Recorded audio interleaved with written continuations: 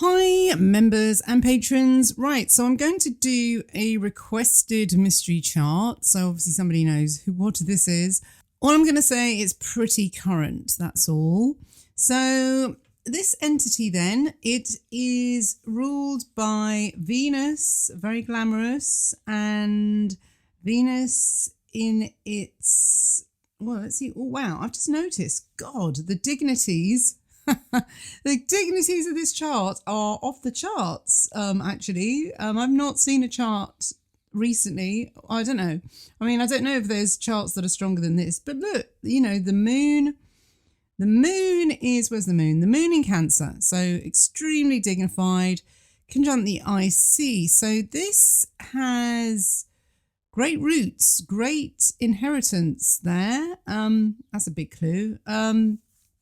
Also, the sun is really, really strong in Pisces as well. And now the sun is strong because it's in mutual reception. It's getting reception from Venus as well. I think it's because, yes, they're in each other's exaltation. I mean, it's wow. Same with Venus and Mars as well. So the strongest the strongest planet is the sun, shining bright, and Jupiter, lucky as hell. Now, what's interesting as well is that Jupiter is conjunct Uranus in the 8th house of inheritance and death. Again, that's a bit of a clue too. But it's strange because I suppose it's like a bit of a bitter legacy in a way. There's a bit of a love-hate with it, and it is square the sun as well. So, but the condition of Venus tells us most, I suppose, about this entity, and it is a bit difficult because it's in the 12th, even though it's so. I mean, it's not. Yeah, it's strong. It's still dignified. But the strongest planet by far, really, I think, is the sun and the moon, which is the mother and the father. And I have to say, the mother and the father of this entity, or the family it comes from, is pretty. It's underlying, and it's kind of very related to this entity. This entity depends on the fame of the mother, if that makes sense, and the whatever the mother inherited is there really strongly in the chart. I mean, yeah. Okay, I'm trying to not say too much, but honestly, I just think it's so obvious this chart, and it really, really works. So the chart ruler Venus is in the 12th, so there is some sorrow there, you know, bittersweet, and it's in the house of self-undoing as well. So on its own, Venus, if it wasn't in mutual reception with, or mutual, what is it? It's it's kind of it's in reception with Mars by ruler and exaltation. So if it didn't have the help of Mars, that Venus would actually not be in very good shape. It's on the finger of the pulse of the collective consciousness, though, because it's on Deneb Katos, which is the great whale. So it does know what's popular in the public. It's really on the it's got the finger.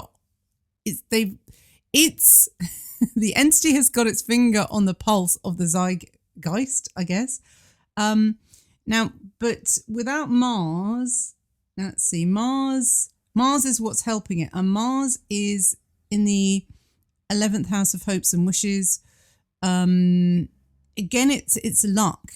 It's luck, and it's influential friends, actually. So friends are what's driving this entity, powerful friends.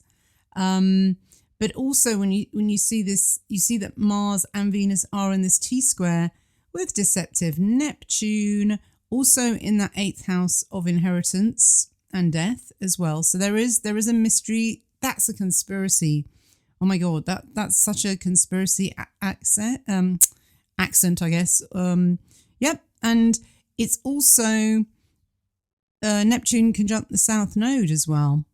So there is skullduggery underneath it all. There is deception underneath it all, but it's incredibly lucky. I mean, it's a very strong chart. So,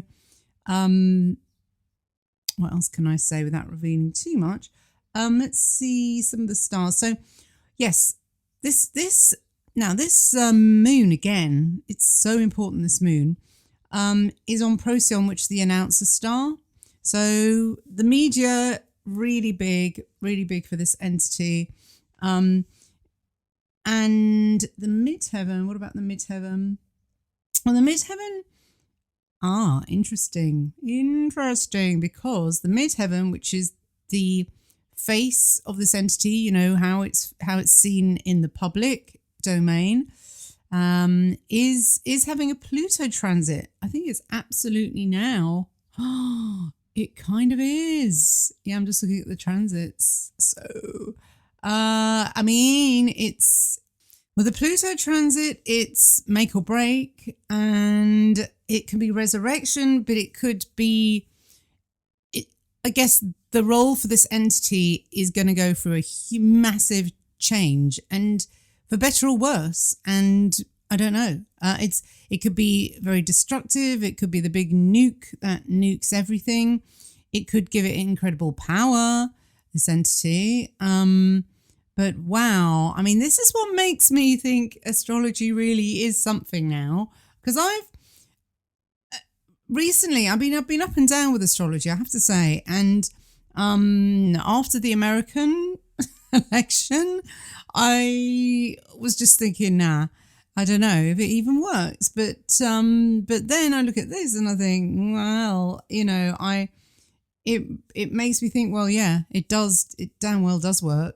So I mean, it again, you know, there was obviously many entities and corporations and, you know, whatever, lots of people born at this time, at this chart. So it's going to be describing, you know, not just this one entity, but many entities. But, you know, some are going to play out different parts of this chart. Now, for me, that angular moon is the biggest thing, even though it's not the chart ruler.